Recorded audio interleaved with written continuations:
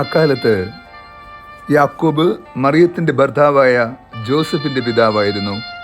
അവളിൽ നിന്ന് ക്രിസ്തു എന്ന് വിളിക്കപ്പെടുന്ന യേശു ജനിച്ചു.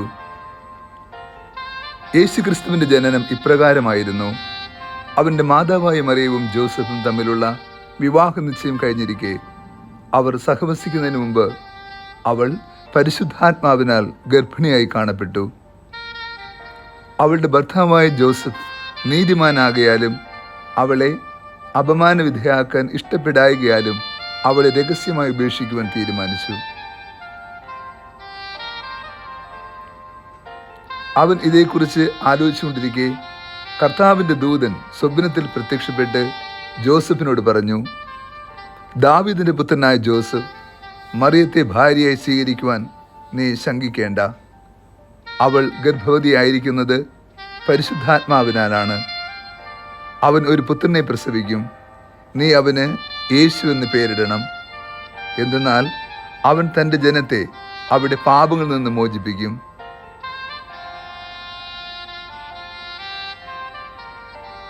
ജോസഫ് നിദ്രയിൽ നിന്നുണർന്ന് കർത്താവിൻ്റെ ദൂതൻ കൽപ്പിച്ചതുപോലെ പ്രവർത്തിച്ചു. അവൻ തൻ്റെ ഭാര്യയെ സ്വീകരിച്ചു. ഈശോയിൽ ഏറ്റവും സ്നേഹമുള്ള പ്രിയ ദൈവമക്കളെ, ഈ വിശുദ്ധ പ്രഭാതത്തിൽ നാം ദൈവതിരുസന്നിധിയിൽ പ്രാർത്ഥനാപൂർവമായിരിക്കുമ്പോൾ നീതിമാനായ വിശുദ്ധ ഔസ്യപിതാവിനെ ധ്യാനിക്കാം. ഇന്ന് ആഗോള തിരുസഭ നമ്മുടെ കർത്താവായ യേശു ക്രിസ്തുവിൻ്റെ വളർത്തുപിതാവായ വിശുദ്ധ ഔസ്യപിതാവിൻ്റെ തിരുനാൾ പ്രാർത്ഥനാപൂർവ്വം ആഘോഷിക്കുന്നു. ഈ വിശുദ്ധ ദിനത്തിൻ്റെ എല്ലാ നന്മകളും പ്രാർത്ഥനകളും സ്നേഹപൂർവ്വം നേരുന്നു. എത്ര ധ്യാനിച്ചാലും തീരാത്ത കൃപയുടെ നന്മ നിറഞ്ഞ ഒരു വ്യക്തിത്വത്തിനുടമയാണ് വിശുദ്ധ ഔസ്യപിതാവ്. വിശുദ്ധ ബൈബിളിൽ അദ്ദേഹം ഒരു നിശബ്ദ കഥാപാത്രമാണ്. ദൈവം തന്നെ ഭരമേൽപ്പിച്ച കർത്തവ്യം യാതൊരു സങ്കോചമില്ലാതെ സ്നേഹപൂർവ്വം സ്വീകരിച്ച് ഏറ്റവും വിശ്വസ്തയോടുകൂടി അത് പൂർത്തിയാക്കി ഏറ്റവും നിശബ്ദമായി കടന്നു പോകുന്ന നീതിമാനായ ഔസേപ്പ് തിരുസഭയുടെ പാലകനാണ്, കന്യകയുടെ മധ്യസ്ഥനാണ്, നല്ല മരണത്തിൻ്റെ മധ്യസ്ഥനാണ്. ഓർക്കുക, ഈ വത്സല പിതാവ് ഭൂമിക്ക് നല്ലൊരു മാതൃക നൽകുന്നുണ്ട്. ദൈവം തന്നെ ഭരമേൽപ്പിച്ച ഉത്തരവാദിത്വം ഏറ്റവും വിശ്വസ്തയോടുകൂടി അദ്ദേഹം നിറവേറ്റി. വിശുദ്ധ ബൈബിൾ അദ്ദേഹത്തിന് നൽകുന്ന ഏറ്റവും മനോഹരമായ പദം നീതിമാൻ എന്നാണ്. ആരാണ് നീതിമാൻ? അർഹതപ്പെട്ടവന് അർഹതപ്പെട്ടത് ചെയ്തു കൊടുക്കുന്നവൻ്റെ പേരാണ് നീതിമാൻ. പഴയ നിയമ പുസ്തകത്തിൽ നീതിമാൻ എന്ന് വിളിക്കപ്പെടുന്ന വ്യക്തികളെല്ലാം ദൈവത്തിൻ്റെ തിരുഹിതം ഏറ്റവും വിശ്വസ്തയോടെ നിറവേറ്റിയവരായിരുന്നു. അബ്രഹാമിനെ ദൈവം നീതിമാനായി കണ്ടു, കാരണം അവൻ അനുസരിച്ചു.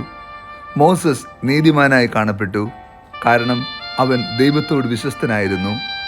യാക്കോബിനെ ദൈവം നീതിമാൻ എന്ന് വിളിക്കുന്നു, കാരണം അവൻ ദൈവത്തിൻ്റെ പദ്ധതികളോട് പരിപൂർണമായി സഹകരിച്ചുകൊണ്ട് നിലകൊണ്ടു. ജോബിനെ ദൈവം നീതിമാൻ എന്ന് വിളിക്കുന്നു, കാരണം സഹനത്തിൽ തളർന്നു പോകാതെ അവൻ ദൈവത്തിൻ്റെ പദ്ധതി നിറവേറ്റി. ഭൂമിയിൽ സ്ത്രീയുടെ മഹത്വത്തെ ഉയർത്തിപ്പിടിച്ച ഒരു വ്യക്തിയുടെ പേര് കൂടിയാണ് ജോസഫ്.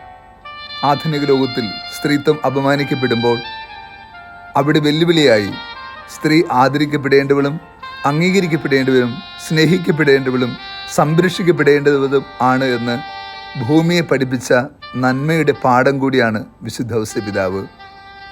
ദൈവം ഭരമേൽപ്പിച്ച പരിശുദ്ധ കന്യകാ മാതാവിനെ സ്നേഹപൂർവ്വം സംരക്ഷിക്കുകയും രക്ഷാകരമായ പദ്ധതികൾക്ക് പരിപൂർണമായി വിധേയപ്പെടുകയും ചെയ്തു.